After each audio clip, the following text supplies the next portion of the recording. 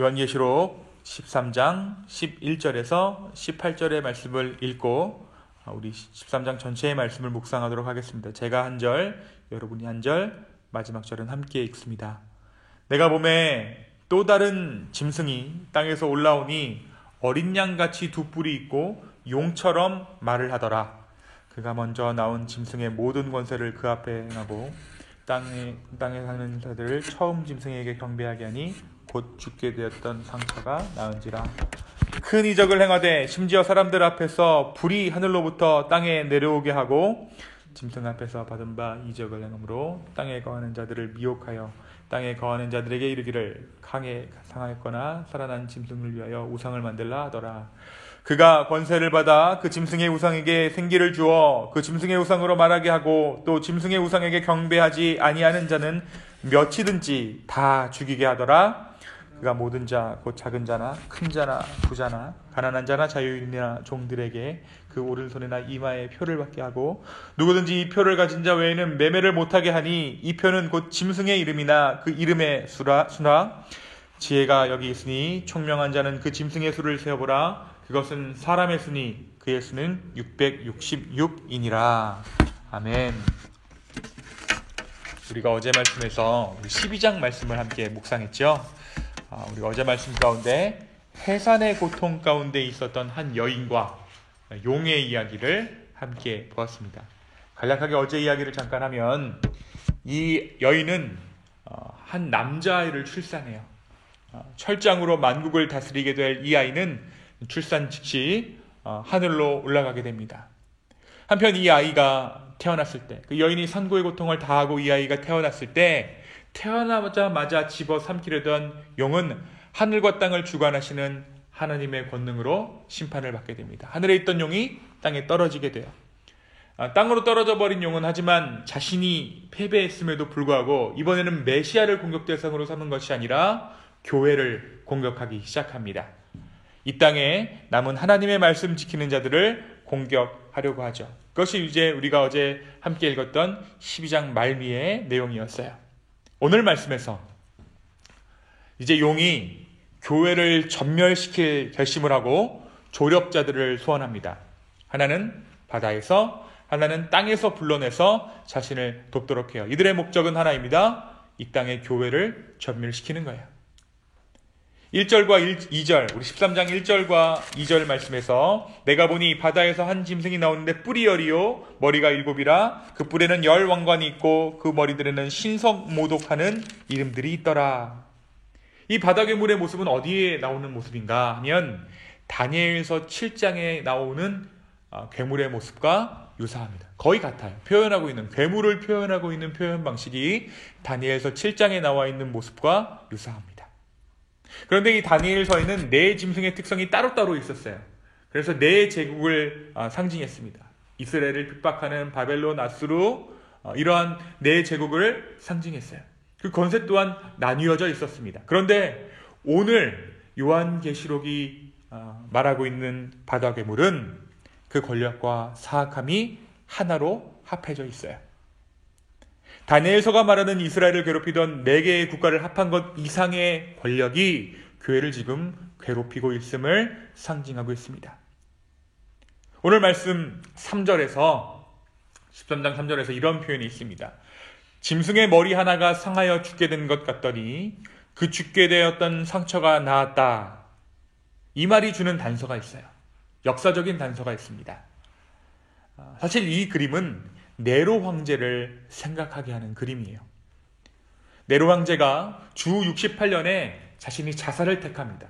근데 그가 자살했음에도 불구하고 다시 살아나서 로마에 대항하는 동방의 권력을 이끌고 복귀할 것이다라는 믿음이 당시 로마 사회에 널리 퍼져 있었어요. 게다가 이 3마리의 괴물은 비그리스도인들의 이마에 짐승의 표를 찍게 합니다. 그것이 오늘 우리가 읽은 말씀이에요. 그 짐승의 표는 우리가 잘 알고 있는 666이라는 표현이었습니다.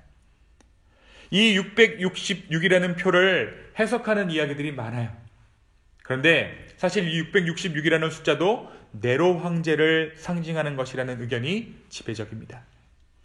당시 고대 언어는 알파벳 글자를 숫자로 사용했는데 어떤 한 이름이 그 이름의 글자가 가진 숫자상의 값을 얻어지는 수로, 숫자상의 값을 더해서 얻어지는 수로 의미를 파악하는 방법을 썼어요.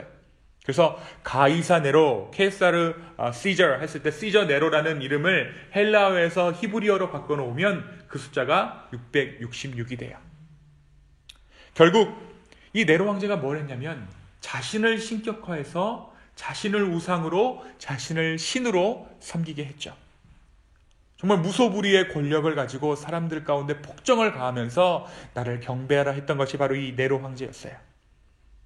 결국 하나님께서는 하나님을 대신해서 자신을 신격화하며 교회를 핍박하던 네로 황제를 적 그리스도로 지목하고 있는 것입니다. 그런 역사적인 의미를 가지고 있는 본문이 바로 오늘 이 13장의 본문인데요. 그렇다면 이 오늘 말씀이 오늘을 살고 있는 우리에게 어떠한 의미를 가지고 있을까요? 이 네로 황제가 지금 이 시대 어떠한 존재일까요? 네로 황제는, 그리고 로마는 이 세상 가운데 사라졌습니다.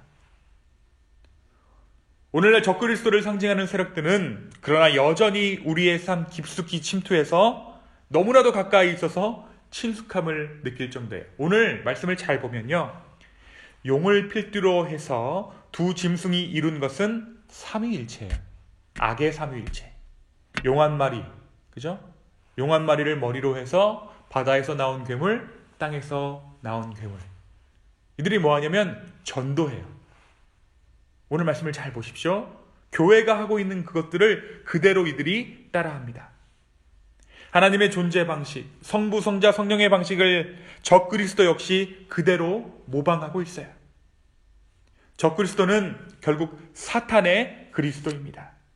그들은 자신들이 하나님 되기를 주장합니다. 그들이 이 땅 가운데와 교회를 핍박할 때 믿지 않는 자들에게 행한 행위가 무엇입니까?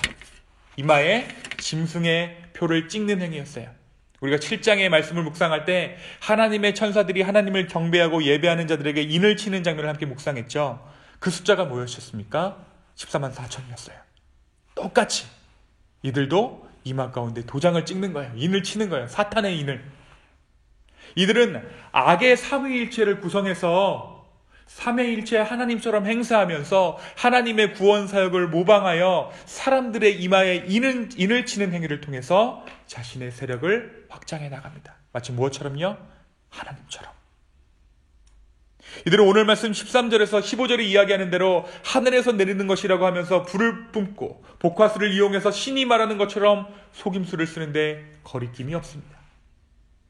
결국 이 악이라는 것은, 오늘 말씀 23장이 이야기하는 이 악이라는 것은 우리가 살면서 하나님을 대용하여 삼고 있는 모든 것이라고 말할 수 있습니다. 이들이 세력을 지금 모으고 있는 것, 세력을 규합하고 있는 것이에요. 여러분, 어려운 일을 당할 때 나의 마음이 주를 의지하기보다는 다른 것으로 해결해 보려는 마음, 또 주 안에는 해결이 없다 결론 내리는 섣부른 마음 역시 사탄의 공격이라고 할 수 있어요. 또는 어떻습니까? 여러분, 어떤 일을 시작할 때 요즘 우리는 무엇을 먼저 하나요?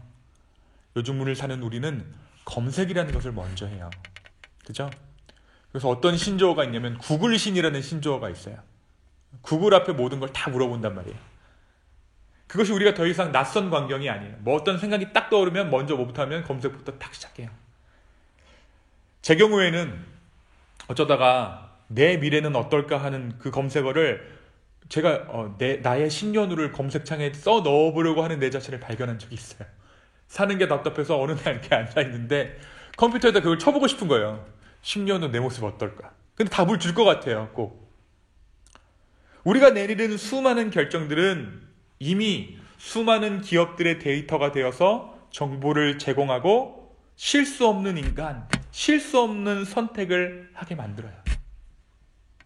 삶의 중요한 결정들을 할 때 다른 사람들이 역사적으로 지금 어떤 결정을 했더니 어떤 결과가 나오더라 하는 것을 데이터화해서 많은 사람들이 실수 없는 혹은 실패하지 않도록 이끌고 있다는 거예요. 이렇게 선택하면 이런 결과가 나오니까 실패가 없을 거야. 조만간 이러한 전망이 있죠. 인간을 상담하는 상담사 역할을 인공지능이 하게 될 것이다. 결국은 상담이라는 것도 데이터니까요. 이런 경우에 사람들이 이러한 선택을 하면 대체적으로 인생이 이렇게 흐르더라. 또 여러분 어떻습니까? 간단한 예로 우리가 자그마한 물건을 구매할 때도, 또 점심 한 끼를 해결할 때도 뭐 하냐면 사용자 리뷰를 이용하죠. 점심에 실수하고 싶지 않은 거예요. 실패하고 싶지 않은 거예요. 실수하지 않기 위해서, 실패하지 않기 위해서.